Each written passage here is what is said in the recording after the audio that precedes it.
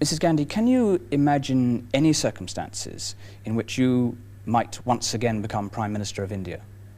I can certainly imagine the circumstances, but the question is whether I want to be or whether I'll agree to be or not. What would be the terms under which you would agree to be? No, it's not a question of terms. I don't want to be.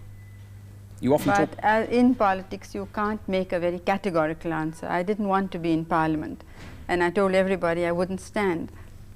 But here I am. What do you think the Indian people saw in you? Did they feel that you had a particular sympathy for their cause? What made you the figure that you are in their eyes? It's what I've done for them. It's what they've seen that I've done. And yet they booted you out in 1977. Well, I think booted is a strong word. We were defeated, but within less than a month after the defeat, they were coming back to me because there was such a very sustained malicious propaganda that people were taken in by it. When people like your own parliamentary spokesman describe you as the woman to whom the gods have entrusted the destiny of India, what's your reaction? I haven't even heard this phrase. I don't know who's used it. Do you regard that kind of phrase as a meaningless extravagance? Yes, and in India, most speeches are full of this thing. If you see the the addresses that are presented to anybody, not me, anybody at all, you will be full of phrases like this. Do you ever feel that you have in any way abused the trust that the Indian people have put in you? Certainly not.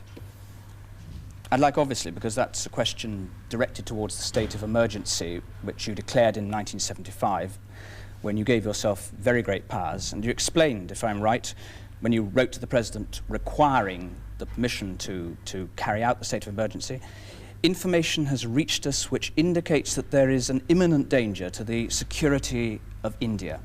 What was the precise nature of that danger? I'm afraid you can't say anything with great precision. But you talked to your people of a deep and widespread conspiracy of which you were sure they were aware. What conspiracy? Well, it's obvious, isn't it, now? The whole subcontinent has been destabilized. But this was an internal upheaval you were warning. No, it was both. It was supported from outside. But you required the special powers on the basis of internal upheaval. But no, the question was, had it been only internal with no foreign interference, one could have dealt with it in a much easier way. But you didn't even mention, with respect, Mr. you didn't mention foreign. No, why should one mention everything? No, one doesn't mention everything at any time. Why should one? Could I? But it's very obvious when people have followed the doings of international agencies and who was present at India at what time.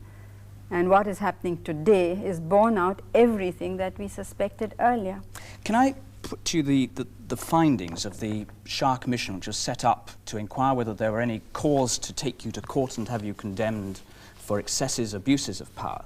In that report, they quote, on the basis for your requiring this emergency, no evidence whatsoever. Police reports, Home Ministry reports, your intelligence services had given you no evidence whatsoever. It is not true at all. What had they given you? What had they told you precisely? It's not a question they're telling me. I'm Prime Minister. I have the business to know. And all reports do not come through police. They come through other heads of other states and very many other agencies. But they also had given those reports. How did Justice Matthew know, for instance? Why? And many other people who spoke at that time. This report is an entirely prejudiced, one-sided report. They've completely ignored whatever people had to say on the other side. Most of the people who have given evidence are government servants whose whole livelihood and future depends on what they said here. Do you not respect Justice Shah? He was, after all, a former Chief Justice of India, Supreme Court judge? Who had expressed himself very strongly against me and my policies before being appointed. What had he said? He had made speeches against us. Recorded speeches against you? Well, not me personally, but against our policies. And he appeared against us when we, there was a, in fact, the Parliament wanted to impeach him at one time. Did he not? It's not the reality is that he found against you in the courts on one occasion. I don't think he was in the court against. Can I? But he opposed bank nationalization very, very strongly too. And it's after that that he spoke, he's been speaking continuously against me and my government.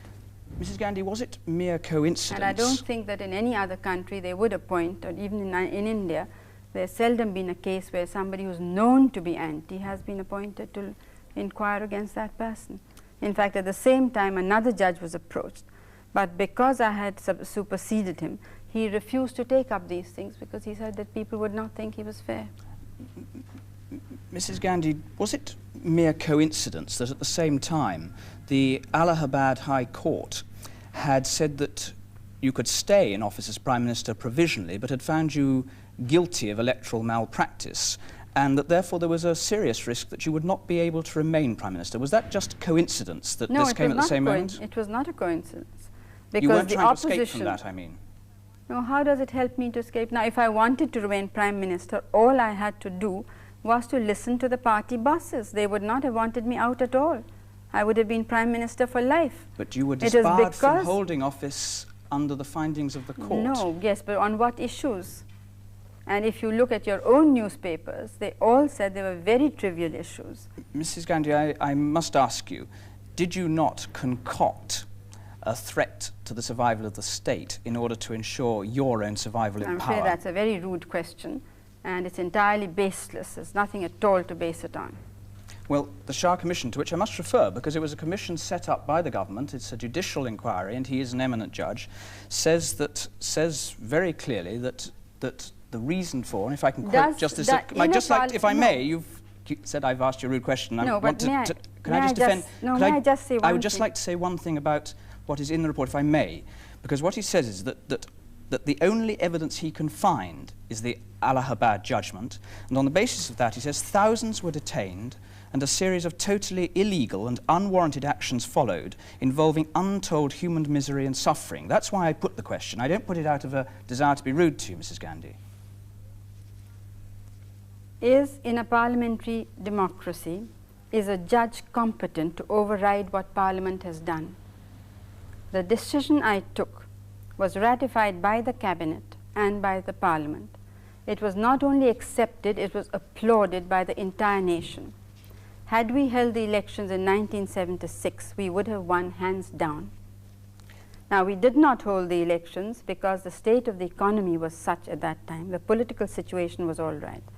But the state of the economy meant that we could see that if we continued, I don't mean us as people, but the policies we were pursuing, if they continued, we could give India a sound and stable economy. Why was it Had we held the elections then, this would not have been possible. Therefore, we jeopardized our political future and chose giving political stability economic stability and soundness to India, rather than saying, well, let us be sure of our election. Why then was it necessary to imprison Mr. Morarji Desai, who then became Prime Minister of India? Was he an economic threat to the state? No, these were the people who were destroying democracy. Destroying democracy? Destroying democracy. How? Because, well, I'm sorry that you people have such short memories, but because they felt they could not win an election, they said, we must take the battle to the streets. Mr. Morarji Desai is on record in an interview having said, we are going to surround the Prime Minister's house, we are going to surround Parliament, we will see that no business is done. That the Prime Minister cannot come out, nobody can go in. Another member of the opposition, now a minister, said that if we cannot win by the ballot, we shall win by the bullet. Somebody else incited the police and the army. That was J.P. Naran, who said disobey illegal orders. He said, why couldn't you have taken, why could I just ask you, why couldn't you have used the law that you already had available to you to arrest these people if they were breaking the law? I'm afraid, you see, India is not a small country like the UK. It is a very big country and very complex problems.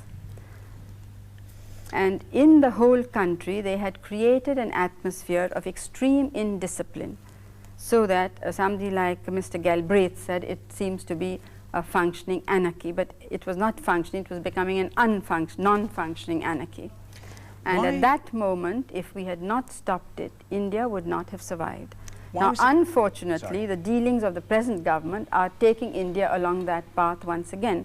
The only difference is that because we left a very sound economy, that momentum is sustaining the government. Why was it necessary to remove from every individual in India, and in particular from the tens of thousands who were put in prison, their right to go to court and put their case, their right indeed to know why they'd been detained? Why did you remove those rights? Well, I would like to say with all respect that all this is happening today. There is no emergency in India, but 23,000 teachers who are non-political have been arrested for merely non-violent, peaceful demonstrations for certain demands. But that isn't a justification, surely, for what happened under you. No, but you have to see that if some things are happening all the time, it's not necessarily that something happened in emergency.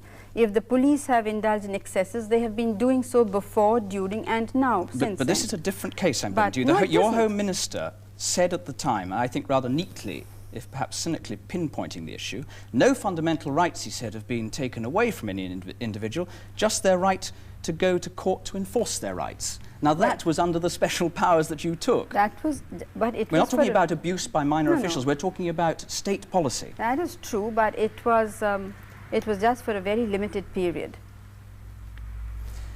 And we have in wartime a lot of political rights and civil rights are taken away from people, and this for India was as serious as a war period, because it did threaten our very survival. Why was it necessary, Mrs. Gandhi, to forbid newspapers to report the speeches of MPs in Parliament? No, I think censorship was not properly managed, and initially we thought it would be for a very brief period and some code of conduct would be worked out. That's remarkable, I think. But you say the purpose of pre-censorship, this is government regulations, is to guarantee certain safeties for the state. The chief censor must see everything that's published, and speeches of members of parliament must not be published in any manner or form. Only speeches of ministers. I mean, was that necessary to defend India from collapse? For a short period, yes, because as I said, the situation was more or less going out of control, and it was necessary. There is which developing country has been able to go ahead. Only India has tried this experiment of having social and economic changes through peaceful and democratic means. Now, when these means were threatened, we took a temporary measure. It was I who revoked. I declared the emergency, but also I who revoked immediately it. Before the elections, 21 months later. Well, certainly, but then I did hold the elections. I don't think there's a single instance in world history of this happening. The Shah Commission concluded that the reasons for the measures... I haven't ended at all, because since you're talking about the press, I would like to say something about the press here. A news item came in that the judge who had given his judgment in my election case died, and it was very broadly hinted that I had had him done away with.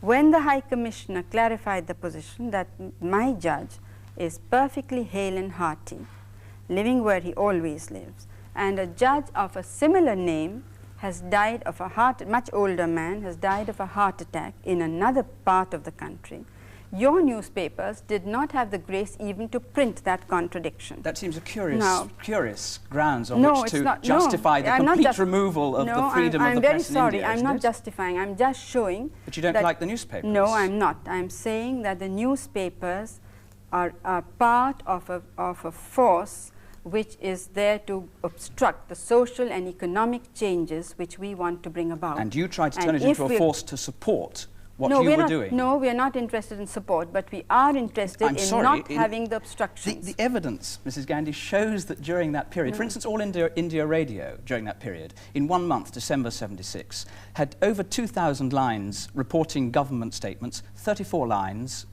recording opposition statements. I'm afraid you'll find exactly the same in All India Radio today. So this is just a frailty in any case of the freedom of the radio. Whether it is or not, I don't know, but it's no use picking out something out of context. This is what I'm trying to show. The Shah Commission said that the reasons for the measures taken against the media in general and the press in particular was to keep, and this is on the basis of the evidence put to him, was to keep the public in ignorance, to instill fear in them, thereby suppressing dissent in every form, individual, political, parliamentary, judicial. It was used as an instrument of news management aimed at thought control, Mrs. Look, Gandhi. if you want to give a lecture on the Shah Commission, you needn't have me here. You can give it anyway, as other media are doing. We do not accept the Shah Commission's report, and the people of India do not accept it. They have shown that he is quite irrelevant. his remarks and his findings to the situation which prevailed earlier and the situation which prevailed during the emergency, before the emergency, or after. How does Mr. Shah know what is happening in the political world? What are the forces at work which want to destroy a developing economy? Is a judge competent to decide that? Then why have democracy? Why have elections? Why have political people in power? It was a commission of inquiry, which a lot of democracies No, it was use. not. It was a purely vindictive action by the present government. It's very interesting that of the cases referred to the Shah Commission, they did not want to inquire into any cases except those against me or those whom they considered my supporters. They did not even record the evidence or of those who said anything in my favor. He just said this is irrelevant. In the courtroom itself, they had a picked crowd which jeered us. Anybody who wanted to, I mean, we didn't want cheering, but if anybody did, that person was thrown out. I mean, when you take up a thing, you should try and find out the whole background and what has actually happened. I mean, to us, it doesn't matter what the British media says. It's quite irrelevant to India. But it shows that you are divorced from the facts and divorced from what the people are thinking. And if you don't, if you're not bothered about what the people are thinking, then you shouldn't talk about democracy. I certainly am bothered what the people are thinking, and of course one's concerned to try and establish the basis on which they might or might not hold particular judgments. And that's why I'd like to ask you about the 20 months of your special powers. There were, I won't need to remind you, I think some 8 million people who were sterilised. More than 250. This is not, I'm sorry, this is not any, this figure has not been borne out by anybody in any commission. There is evidence to suppose that very large numbers of people were sterilised. But it's been, well, it's been alleged that there was widespread compulsion. If there was compulsion at all, for the purposes of argument, what would be your reaction to compulsory sterilisation? I have expressed myself in government statements as well as privately that I'm not for compulsion. Records from the time, from the Chief Secretary of the Government of Uttar Pradesh. Government attach highest importance to achievement of family planning targets. Failure to achieve monthly target will result in stoppage of salary, suspension and severest penalties. Other states, all eligible cases for sterilisation in my office and department have been sterilised. Persons who have refused to get themselves sterilised have not been paid their salaries. The evidence surely, Mrs. Gandhi, that a combination of intimidation, coercion, economic sanction, not giving people licences, not giving people rights to free education and health and so on, were used by officials throughout India to force people, in effect, to have sterilisation. Yes, they were. Those are major, wide-scale excesses then, aren't they? No, I don't think so. And furthermore, now people realize that if our population goes up at the rate which is going, their children won't be alive. They won't have enough food or education or any of those rights. Do you accept no responsibility at all? I have accepted all responsibility because I happen to be head of the government. But you believe there was nothing... No, you see, you cannot be categorical about these things. Certainly mistakes, when you take up any major program, mistakes will take place, but there was a very large force working against us, which was determined to use anything it could against us, and I think that they played a very large part in creating these so-called excesses. A lot of them seemed to be in prison. You had tens of thousands in prison. There were endless more forces against you, trying to destroy you, Mrs. Gandhi. The most of the people in prison were smugglers, hoarders, black marketeers, not decoys. Academics, students, teachers, politicians? No, they were politicians, but not many academics or students. Well, the evidence... Unless they were in the Naxalite movement or something like that. Under what? You have some, you are accepting without question a particular evidence which has not yet gone to court, which is sub judice, and which we do not accept. Under what conditions now would you justify imposing a similar state of emergency? Would you do that if you were in charge in India now, where you said there's chaos and terrible problems? Would you do it now? No, because today's chaos is created by the government. You don't think it's quite a different situation. As I said at that time, as you said, that had we taken action in what you think is legal earlier on, maybe all this would not have been necessitated. And this is why I feel that I was at fault in this, that I did not take action earlier on. But we felt that elections were not far off and we could wait till the elections. We didn't know that these people would precipitate the situation as they did. We knew that in elections we may or may not win. You don't rule out another state of emergency in India? No. As I'm saying today, there is a state of emergency. It is not legal, it is not constitutional, it doesn't have parliamentary sanction. But in every other way, there is a state of emergency. If Justice Mr. Shah says that the people are in fear, you have only to go and walk the streets of Delhi today, or Calcutta, or any city. And whereas that time, only those who were in fear, who were doing something antisocial. But today, it is the common citizen, the poor man, who's in fear. What then do you expect the future of India to be, Mrs. Gandhi? Well, the future of India is for us to decide, and we will fight it out in India. I don't think it's anybody else's business. You, of course, are soon going back to face criminal charges on the basis of the Shah Commission's allegations. On the basis of that evidence, I'm obliged to ask you, why would it not serve the interests of truth and justice for you to be found guilty? Because I'm not guilty.